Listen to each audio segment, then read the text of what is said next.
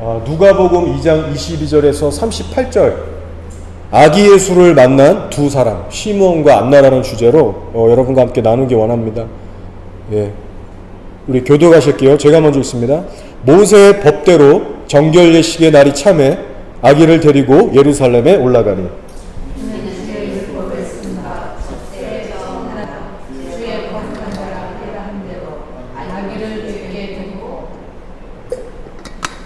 죄송합니다. 또 주의 율법에 말씀하신 대로 산 비둘기 한 쌍이나 혹은 어린 집 비둘기 둘로 제사하려 함이더라. 예루살렘에 시몬이라 한 사람이 있으니 이 사람이 노력고 경건하여 이스라엘의 눈을 기다리는 자라. 성령이 그 위에 계시더라. 그가 주의 그리스도를 보기 전에는 죽지 아니하리라는 성령의 지시를 받았더니 성령의 감동으로 소년에 들어가매 마침 부모가 율법의 전례대로 행하고자 하여 그 아기 예수를 데리고 오는지라. 시므온이 아기를 안고 하나님을 찬송하여 이르되 주세여 이제는 말씀하신 대로 종을 평안히 놓아주시는도다. 내 눈이 주의 구원을 보았사오니 이는 만민 앞에 예배하시는 것이요 이방을 비추는 빛이요 주의 백성 이스라엘의 영광이니이다 하니 그 부모가 그 아기에 대한 말들을 기이 여기다가 시므온이 그들에게 축복하고 그의 어머니 마리아에게 말하여 이르되 보라 이는 이스라엘 중 많은 사람을 패하거나 흥하게 하며 비방을 받는 표적이 되기 위하여 세움을 받았고 하리 내 마음을 찌르듯하리라. 이는 여러 사람의 마음의 생각을 드러내야 함이니라. 또 아셀지파 바누엘의 딸 안나라는 선지자가 있어 나이가 매우 많았더라. 그가 결혼한 후 7해 동안 남편과 함께 살다가 과부된 지 84년이라.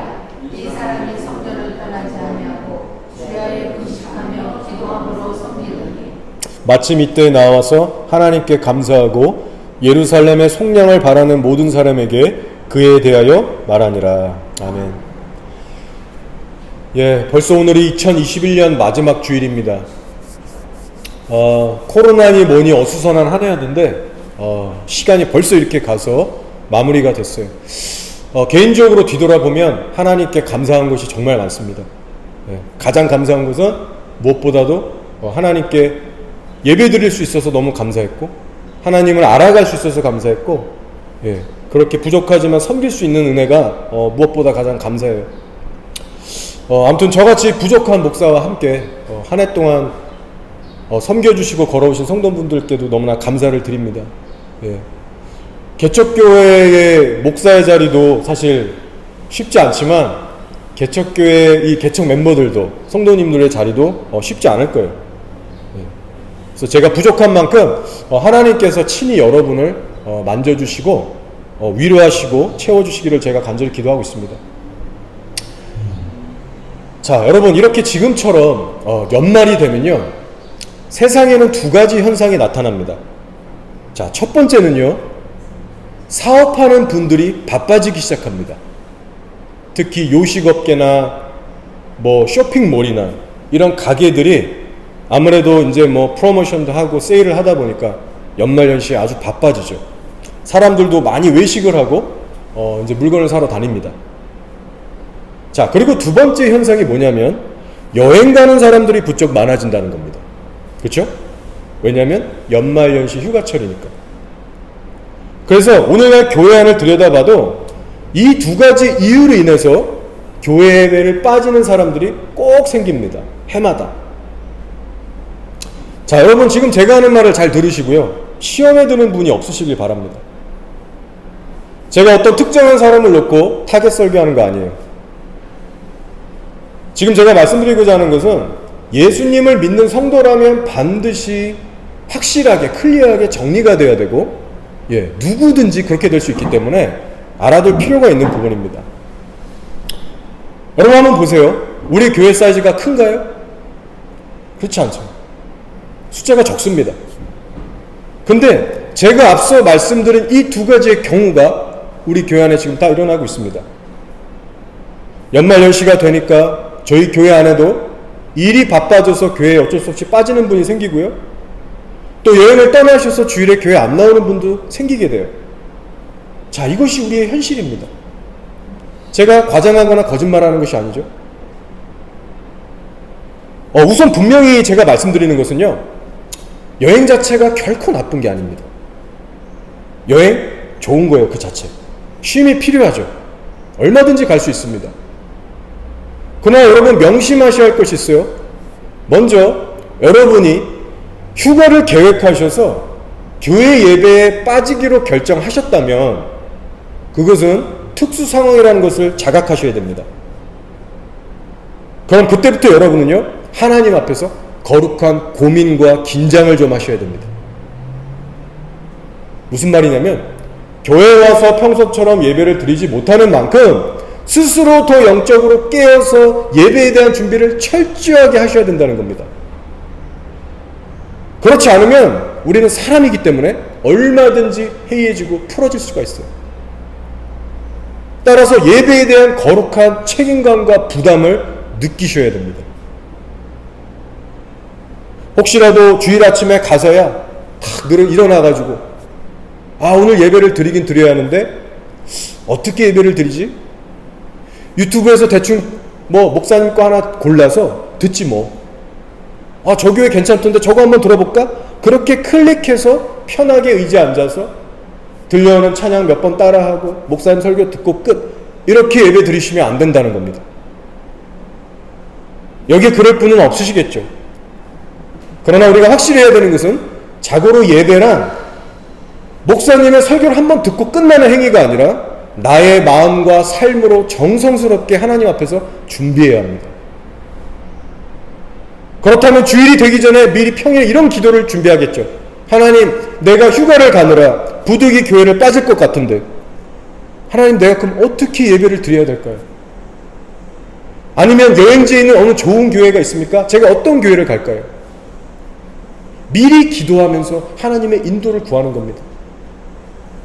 아니면 주님, 내가 그냥 스스로 말씀을 묵상해서 나의 가족들과 함께 나눠야 될까요? 아니면 어느 교회에 온라인 예배를 드려야 할까요? 이렇게 구체적으로 성령님께 인도를 구하는 거죠. 여러분, 지금 제가 여러분에게 너무 무리한 요구를 하고 있습니까? 절대 그렇지 않아요. 여러분, 예배를 절대로 가볍게 생각하시면 안 됩니다. 여행 가시는 분들은 즐겁게 잘 쉬시고 잘 다녀오세요. 그러나 여러분, 예배에는 실패하지 마시고 꼭 성공하고 돌아오시기 바랍니다. 자, 그리고 또 하나는요, 연말연시 때 직장일이 바빠지기 때문에 주일 예배에 빠지는 분들이 있어요. 그러나 여러분, 결론을 제가 말씀드리면 연말이건 연초건 언제든지 간에 예배에 빠지는 일은 정말로 특별한 특수한 상황이 아닌 이상 타협하시면 안 됩니다. 대가 지불을 하셔서라도 주일 성수는 지키셔야 돼요. 저도 지금 일을 하고 있는데 처음에 제가 일을 할 때 사장님하고 이런 얘기를 사전 약속했어요. 사장님, 저는 금토일 사역이 있기 때문에 그날은 죽어도 제가 일을 못합니다. 그래서 오케이 하셨어요. 근데 막상 일을 하다 보니까 현실적으로 일거리도 더 필요하셨고 사람도 구하고 있는데 잘 안 구해주셔서 저한테 자꾸 금요일도 나오면 안 되냐고 그렇게 이제 여러 번 물어보셨어요. 사람 구하기가 어렵다. 그리고 풀타임이 아니라 파트타임 며칠 간격으로 이렇게 사람 따로 구하려니까 어렵다. 사람들 잘 안 하려고 그런다. 사정을 얘기하시는데 제가 좀 죄송하더라고요. 근데 어떻게 해요? 정중하게 거절을 매번 했죠. 참고로 이분은 정말 좋은 분입니다. 그래서 제가 너무 잘해드리고 싶은 분이에요. 그래서 제가 거절은 했지만 뒤돌아서서 나름 신경이 쓰이고 고민이 돼서 하나님 앞에 기도를 했어요. 한 몇 주간 몇 달 한 것 같습니다. 어떻게 해야 덕이 되고 어떻게 하는 게 맞습니까? 그리고 어느 날 제가 마음이 이제 딱 결단이 서서 사장님께 먼저 가서 얘기했어요. 사장님, 그러시면 풀타임으로 광고 내시고 적절한 사람이 찾아질 때까지만 제가 잘 도와드리겠습니다. 그리고 그 사람 오면 저 그냥 다른 거 알아보겠습니다. 그만두겠습니다. 그렇게 얘기했어요. 최대한 이제 예의 차려서.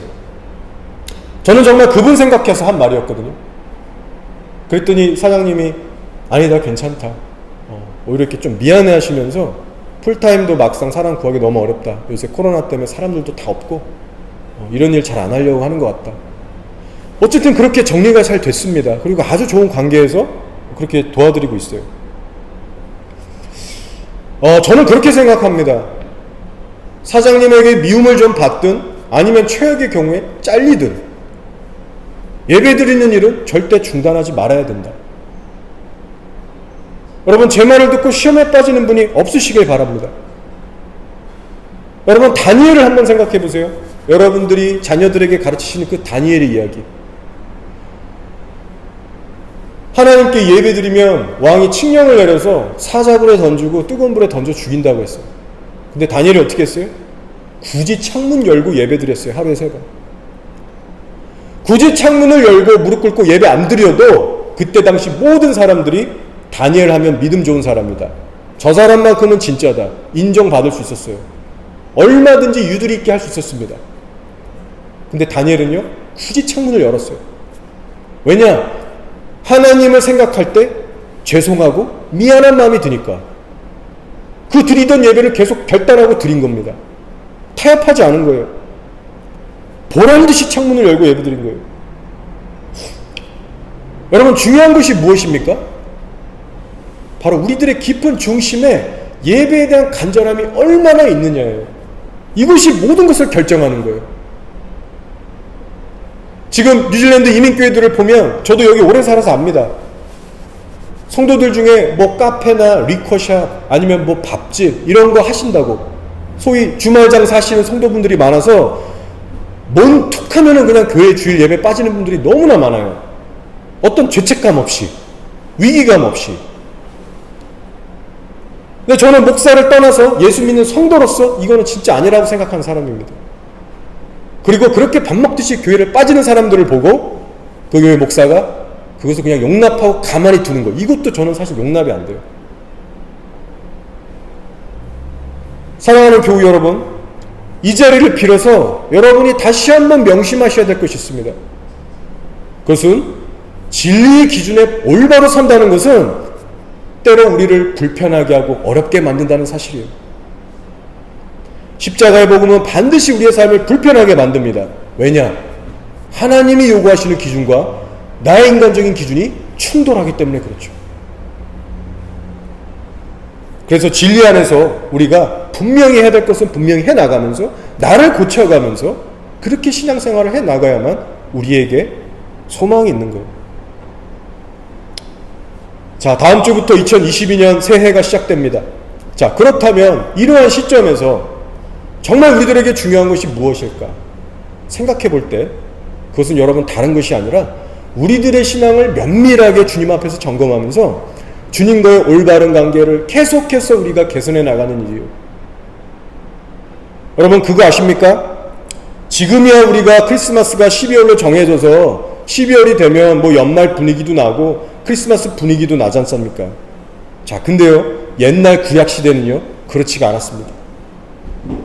예수님이 12월에 오실지 7월에 오실지 3월에 오실지 알 수가 없었어요. 구약시대 성도들은 막연히 그저 기다렸습니다. 그저 하늘만 쳐다보면서 언제 그 예언된 메시아가 이 땅에 오실까, 그렇게 하염없이 하늘만 쳐다보면서 기다렸어요. 그러나 여러분, 그들의 마음속에는요 간절함이라는 게 있었습니다. 간절함이라는 것이. 그래서 메시아의 오심을 찰떡같이 믿고 하나님의 나라를 간절히 사모했던 구약시대 성도들은 열렬히 기도하면서 강대국들에게 흑침을 당하고 유리방황을 해도 그 말씀을 붙들면서 하루라도 더 빨리 예수님이 오시기를, 그 메시아가 오시기를 기도하면서 살았다는 거예요. 여러분, 이 12월의 연말연시에 필요한 휴식 다 가지세요. 좋습니다. 가족들과의 만남, 여행 다 좋아요. 그러나 무엇보다도 예수님의 다시 오심에 대한 영적인 배고픔과 갈망을 구하시기 바랍니다. 자, 오늘 말씀을 보시면 시므온과 안나라고 하는 하나님의 경건한 사람 둘이 등장합니다. 자, 그때 당시 수많은 이스라엘 백성들이 나름 하나님께 예배를 드렸어요. 이스라엘 백성들이었습니다.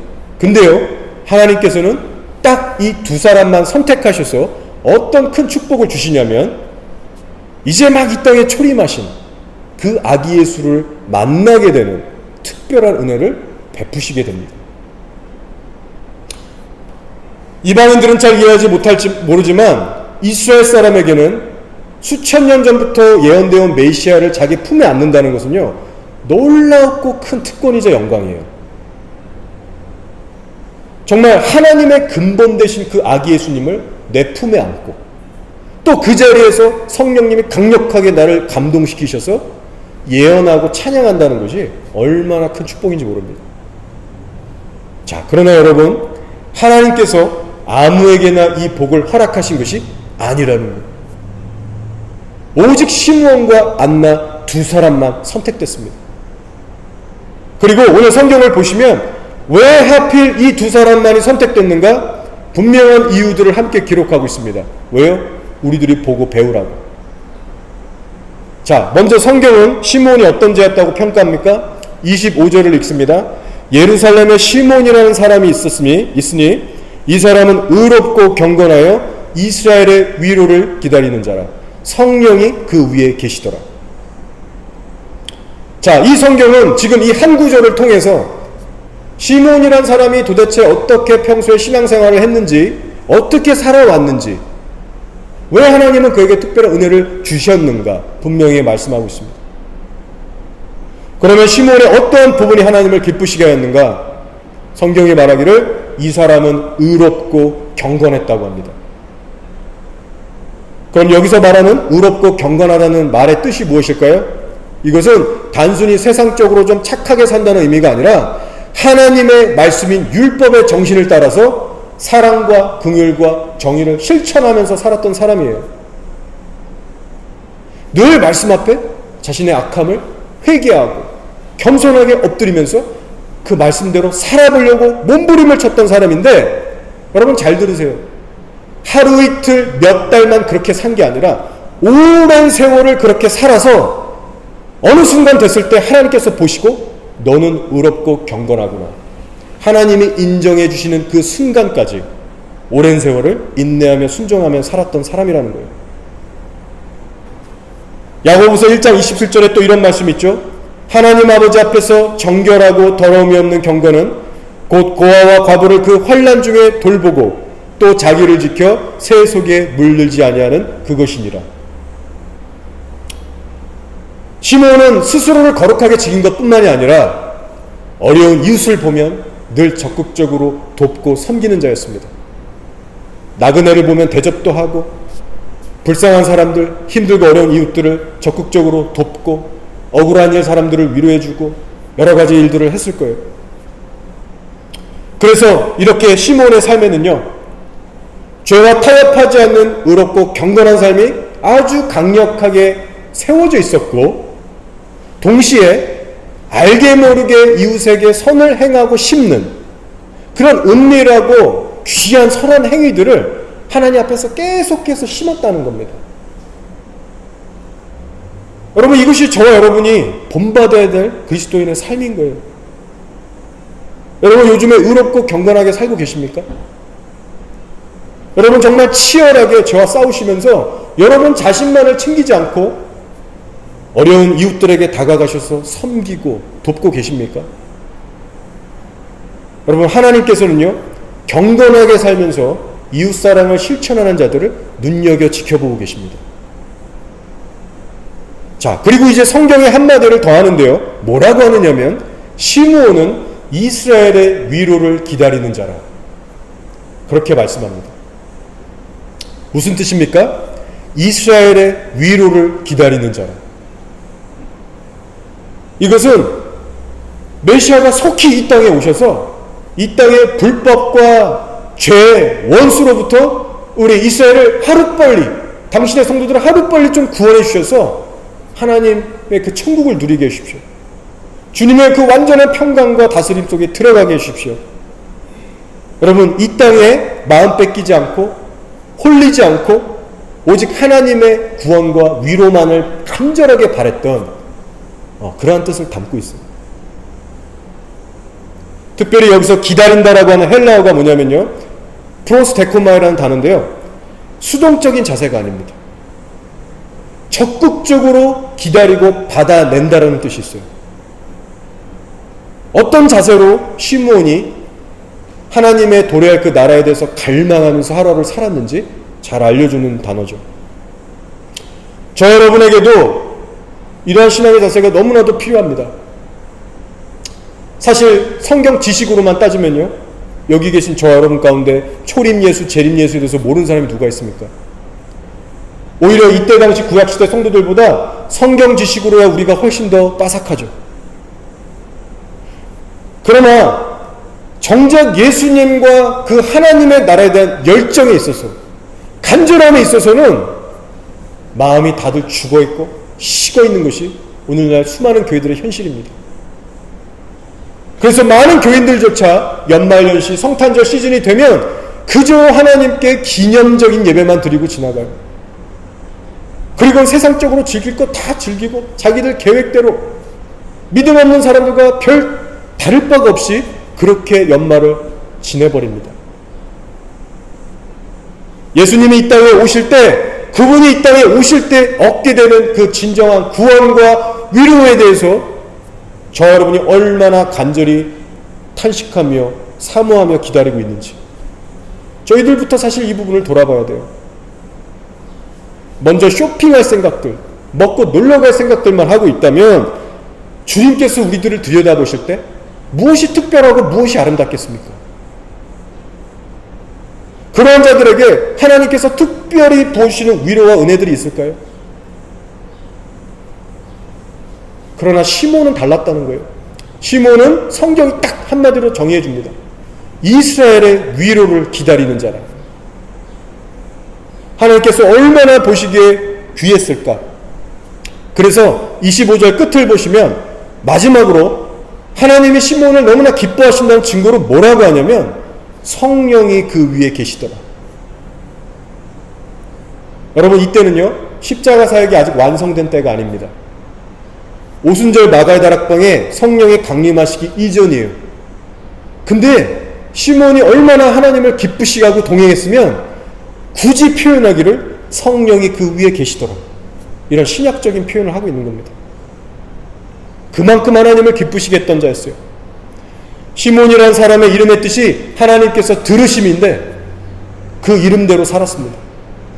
하나님께서 그의 의롭고 경건한 삶을 보셨고 얼마나 또 간절히 메시아를 기다리고 있는지 그 간절함을 마음을 보시고 특별한 축복을 내리셨던 거예요. 여러분, 박정환 목사님이라고 제가 여러분 나눠서 아시죠? 박보영 목사님의 아버지십니다.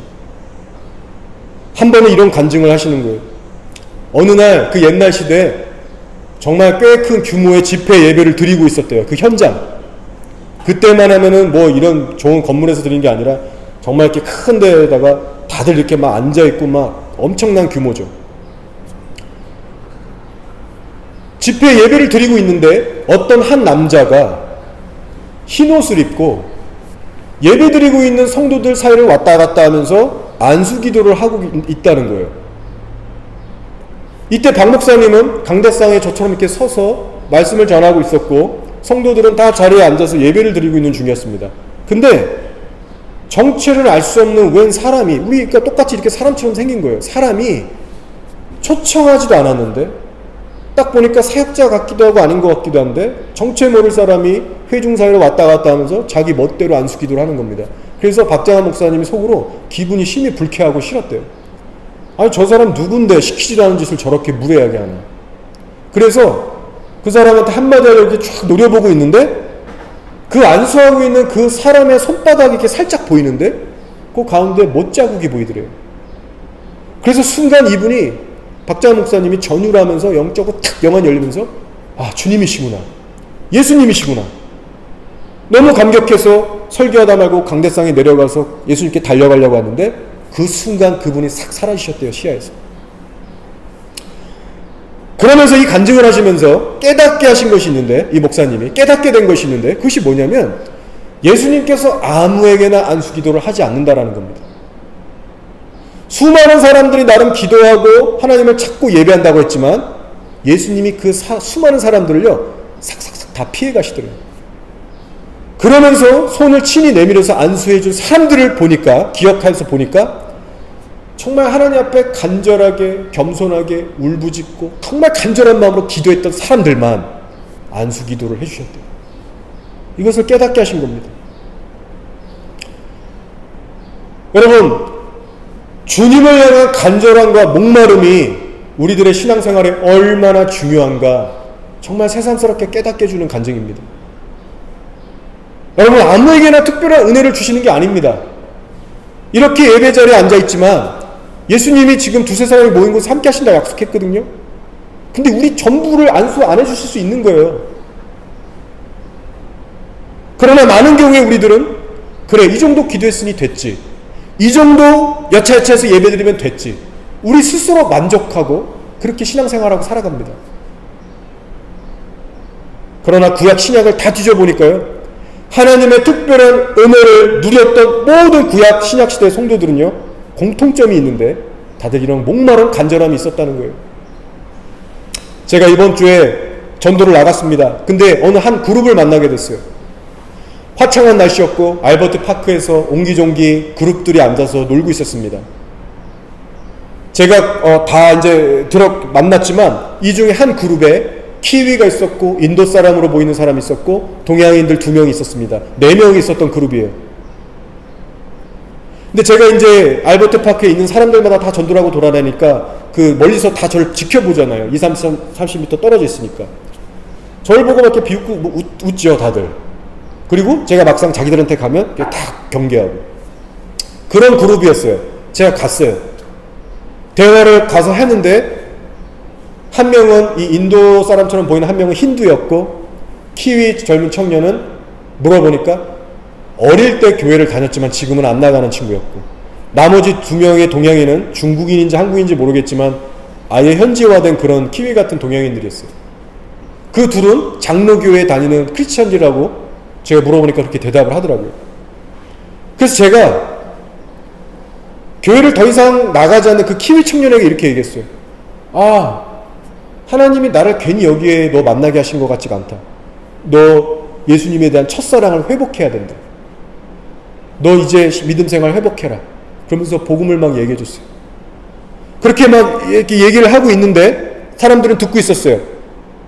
근데 갑자기 그 중에서 이 장로교회를 다니고 있다라는 그 동양 남자 크리스찬이 저보고 갑자기 기분 나쁜 얼굴을 이렇게 보더니 여기에 당신 말 듣고 싶어 하는 사람 아무도 없으니까 제발 가달라고. 이렇게 좀 되게 이렇게 거부하는 겁니다, 저를. 근데 여러분 생각해 보세요. 장로 교인이에요. 그러면 누군가가 와서 전도를 하면 저를 도와주고 응원은 못할 망정 저한테 무안을 주고 가라고, 분위기 봐라, 네 얘기 듣고 싶어하는 사람 아무도 없다, 제발 가라, 여러분 이러고 있는 겁니다. 그래서 제가 너무 어이가 없어서 상황이 근데 어쩔 수 없으니까 이제 정리를 하고 제가 이제 떠났죠, 그 자리를. 근데 제가 그 친구한테 그렇게 얘기했어요. 야, 네가 크리스찬이면 네가 사랑하는 네 친구한테, 이 힌두 믿는 친구한테 예수 믿고 확실히 천국 심판 전해라. 그리고 그 힌두교한테도 제가 다 얘기했어요. 심판 있다. 예수 믿는데 너 사랑하시고 구원하길 원하신다. 회개하고 돌아와라. 그렇게 끝까지 얘기하고 제가 그 자리를 떴습니다. 근데 마음이 참 그렇더라고요. 뭐 그 친구가 저한테 뭐라고 해서 그 자체가 기분 나쁜 건 하나도 없고, 아니 예수를 믿는데 어떻게 이렇게 저한테 반응을 보일 수 있을까? 같이 복음 전해도 부족할 판에 나를 왜 거부하고 밀어낼까? 그 친구의 신앙이 의심스럽고 걱정이 되더라고요. 여러분, 제가 전도를 하다 보니까요, 이러한 사람들을 너무나 많이 만납니다. 진짜 과거에 한때 교회는 다녔지만 지금은 나간지 아는지 오래된 소위 짝퉁 크리스찬이라고 해야 될까요? 어쨌든 그런 분들도 너무나도 많고, 또 예수를 믿는다라고 하지만 이러한 청년들처럼 복음 전도에도 관심이 없고 하나님의 어떤 그런 나라에 대해서 관심도 전혀 없는 그런 사람들이 너무 많아요. 도대체 어떤 예수를 믿고 있고 어떻게 성경을 해석하고 있고 어떻게 살아가고 있는지. 여러분, 오늘 예배 후에 전도하실 때 간절한 마음으로 하시길 바랍니다. 사람들이 여러분을 모욕하고 무시하고 거절해도 정말 예수님의 다시 오심을 간절히 사모하는 마음으로, 여러분 간절한 마음으로 복음 전하실 때 성령님이 여러분 위에 함께 하세요. 오늘 말씀으로 돌아갈게요. 자, 시므온이 경건하고 그렇게 살아가면서 메시아의 오심을 간절하게 사모하고 있을 때 어느 날 성령님의 계시가 임합니다. 자, 26절이에요. 그가 주의 그리스도를 보기 전에는 죽지 아니하리라는 성령의 지시를 받았더니, 예, 누구에게 예언을 받은 게 아니라 성령님이 그냥 직통계시로 직접 주셨어요. 너 죽기 전에 반드시 메시아를 보게 될 거야. 그리고 실제로 그 일이 이루어집니다. 27절을 보시니까 성령께서 감동을 주셔서 시므온이 자연스럽게 성전 안으로 들어가죠. 아마 그랬던 것 같아요. 시므온아, 지금 바로 성전에 들어가 봐. 이런 어떤 내면에 큰 감동이 울렸던 것 같아요. 그래서 들어가 보니까 마침 마리아가 예수님이 나신 지 40일이 된 아기 예수를 품고 성전에 탁 들어오는 그 타이밍이었어요. 바로 하나님의 완벽한 카이로스, 하나님의 때죠. 그리고 이때 시므온이 아기 예수를 직접 품에 안게 되면서 성령님이 강력하게 임하시고, 그래서 하나님께 찬송도 하고, 그리고 미래의 예수님이 어떤 일을 행하실 것인지에 대해서 예언을 막 선포하게 됩니다. 놀라운 일이 벌어진 거예요. 자, 그리고 이제 시므온에 이어서 두 번째 인물이 등장하는데요. 바로 안나라는 여선지자입니다. 자, 근데 이번에는요, 성령님께서 다른 방법으로 아기 예수님을 만나게 하세요. 자, 이 안나라는 사람은 아셀지파 바누엘의 딸로 알려져 있고 선지자였는데 과부였습니다. 결혼한 지 7년 만에 사별을 했는지 어떤 이유인지 모르겠지만 84세가 되기까지 혼자 살면서 남다른 헌신으로 하나님을 섬긴 여인이었어요. 그래서 마치 시므온처럼 이 안나 역시 오랜 세월, 짧은 기간이 아니라 오랜 세월 정말 남다른 헌신과 간절함으로 하나님을 섬겼던 여인이었습니다. 자, 어느 정도의 열심으로 섬겼는가? 성경이 이렇게 얘기합니다. 성전을 떠나지 아니하고 주야로 금식하며 기도함으로 섬기더니. 여러분, 얼마나 기도를 많이 했으면 성전을 떠나지 아니했다라는 표현까지 쓰고 있습니다.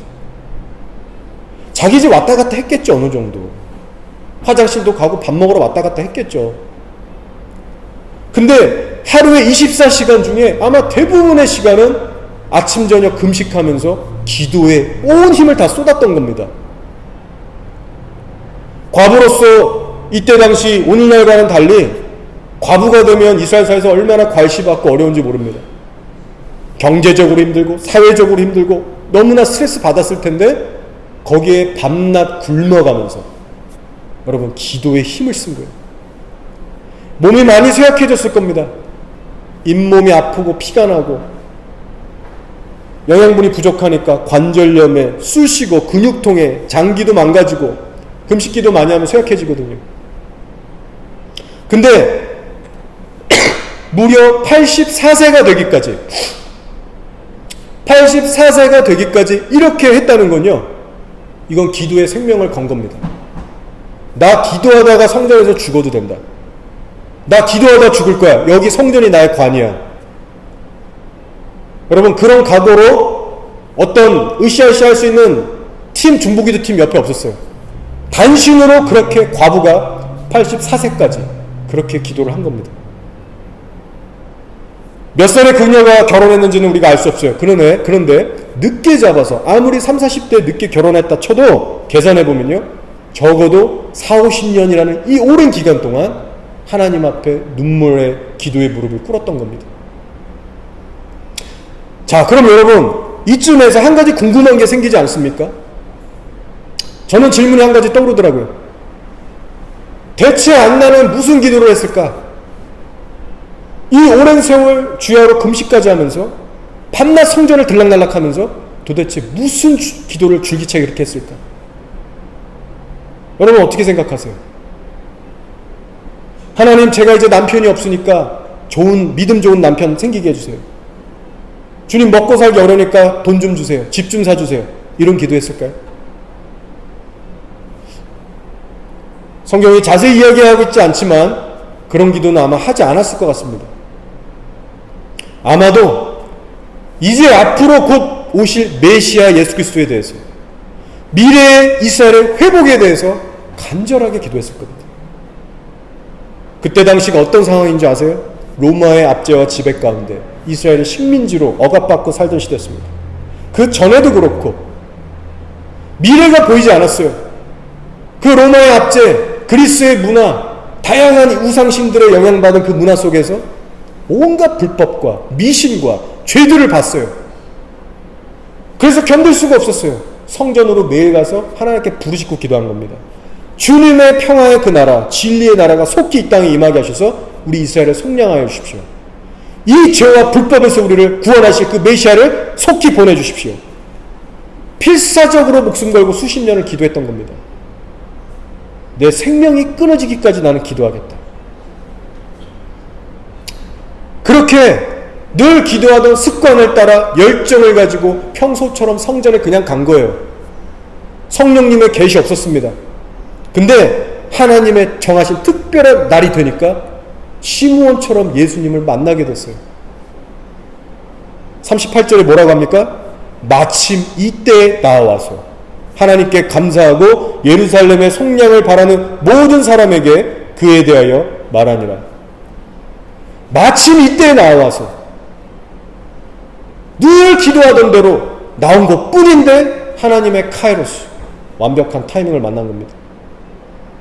시몬의 경우와는 달라요. 그러나 두 사람 모두가 초림하신 아기 예수님을 품에 안게 하셨고 그것도 예수 그리스도에 대한 예언을 선포하게 하십니다.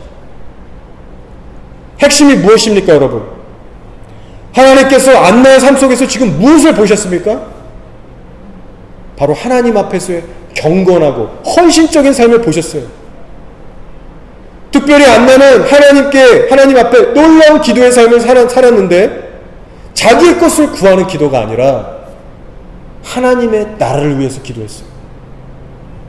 이제 곧 오실 메시아, 이 땅의 죄악을 보고 가슴을 치면서 그거 한 가지를 구했습니다. 아기 예수를 안나가 품었어요. 아마 성령이 강력하게 임하셨던 것 같아요. 그래서 그가 어떤 사역을 하게 되냐면 예루살렘의 속량을 바라는 그 모든 이스라엘 백성들에게 그에 대하여 말하니라, 예수 그리스도에 대하여 말하니라, 예수님이 하실 일에 대해서, 그분은 어떤 분인가에 대해서, 그분을 통해서 어떤 일이 이 땅에 벌어질 것인가에 대해서 선포하게 하시는 귀한 통로로 사용하셨어요. 그래서 여러분, 이 부분을 묵상하시다 보면 안나가 그 수십 년이라는 세월 동안 40-50년 동안 어떤 기도를 성전에서 하나님께 밤낮 드렸을까 우리가 유추해 볼 수 있습니다. 세상 것들을 구했다면 예수님을 증거하는 예언을 하게 하셨을까요? 그렇지 않을 거예요. 이것이 시므온과 안나에게 발견되는 공통점입니다. 이때 당시 안나 외에, 시므온 외에 나름 성전을 왔다 갔다 하면서 예배드리고 기도했던 사람들 반드시 있었습니다. 그러나 안나의 헌신적인 삶이 하나님의 마음을 사로잡았고요, 선택받게 된 거예요. 이제 말씀을 정리하고 마치겠습니다. 이번 크리스마스 시즌에 무슨 말씀을 전해야 될까 제가 고민하고 기도할 때 성령님께서 이 시므온과 안나에 대한 말씀으로 인도하심이 있었어요. 바로 이 성탄절 시즌에 예수님의 초림을 기념하고자 하는 오늘날의 교회들에게 하나님은 무슨 말씀을 하고 싶으실까? 제가 묵상하며 기도할 때 깨달은 것은 이겁니다. 너희는 단순히 크리스마스를 기념하는 자들이 되지 말고 시므온과 안나처럼 삶으로 예배하고 준비하며 주님의 오심을 전심으로 갈망하라. 왜 시므온과 안나 두 사람만이 초림하신 아기 예수를 만나는 큰 복을 누렸는가? 성경은 분명한 이유들에 대해서 기록하고 있고요, 이제 여러분도 정리가 되셨을 겁니다. 너희 교회는 왜 크리스마스 트리 장식이 없니? 왜 특별송 안 하고 특별한 이벤트 연극 같은 거 안 하니? 하나님께서 이 연말연시에 그런 거 물어보시겠습니까? 하나님께서 365일 밤낮 두루 살피시면서 찾으시는 것은요, 성도의 삶에 반드시 맺혀져야 될 의와 경건의 열매고요, 또한 과연 그 마음속에 예수님의 다시 오심, 이 땅에 더할 하나님의 나라에 대해서 얼마나 큰 간절함과 열망이 있는가, 그것을 살펴보십니다. 누가복음 6장 21절에 이런 말씀이 있죠. 지금 줄인 자는 복이 있나니 너희가 배부름은 얻을 것이며 지금 우는 자는 복이 있나니 너희가 웃을 것이며. 2021년도가 끝나가는 연말연시에 여러분의 현재 심령은 무엇에 줄이며 무엇 때문에 울고 계십니까? 여러분의 영혼을 망치는 죄에 대해서, 이 땅에 관영한 죄에 대해서 충분히 탄식하고 기도하고 계십니까? 그러한 마음이 진실로 우리에게 있다면요, 이제 곧 구원을 가져다 주실 그 예수 그리스도의 재림을 향한 거룩한 열망이 우리들에게도 있을 거예요. 그러나 만약 여러분에게 예수님에 대한 목마름과 배고픔이 없거나 부족하시다면 그만큼 여러분이 지금 세상에 대해서 마음을 빼앗기고 마음이 식어져 가고 있다는 것을 하나님 앞에 인식하고 회개하셔야 됩니다. 하나님에 대한 열정이 없다는 것은 반드시 그 반대 방향으로 가고 있다는 거예요. 반드시 회개하시고 회복하셔야 합니다. 여러분, 제가 오늘 성탄절에 예수님의 초림을 얘기했지만 예수님의 재림을 준비하는 성도의 자세는 동일하게 똑같습니다. 먼저는 예수님 앞에서 경건하고 의롭게 사셔야 됩니다. 날마다 여러분 말씀 앞에 자신을 낮추시고 순종하시고 열심히 기도하시고 죄와 싸우셔야 됩니다. 이것이 없이 아무도 주를 제대로 볼 수가 없어요. 그래서 하나님께서 보시기에 너는 정말 의롭고 경건하게 살고 있구나. 하루 이틀이 아니라 1년째, 2년째, 5년째, 10년째, 20년째 내가 네 삶을 지금 지켜보고 있는데 너는 정말 내 앞에서 의롭고 경건하게 살고 있구나. 하나님이 인정하실 때까지 우리는 자기 십자가를 질 줄 알아야 된다는 겁니다. 청년이나 어른 다 마찬가지예요. 현재 우리가 살아가고 있는 세상은 여러분이 아시지만 걷잡을 수 없이 지금 진리가 무너지고 있고 교회들이 위협받고 있고 성과학이 뒤바뀌고 있는 정말 영적으로 깊은 어둠의 시기에 들어가고 있다는 것을 여러분 이 연말연시에 잊지 마시기 바랍니다. 특별히 휴가철에 영적으로 흐트러지지 마시고 여러분 하나님 앞에 올바른 삶의 예배를 드리셔서 정말 성령 안에서 새롭게 결단하시고 그렇게 내년을 준비하시는 복된 여러분 한 분 한 분이 되시기를 주의 이름으로 축원합니다. 아멘.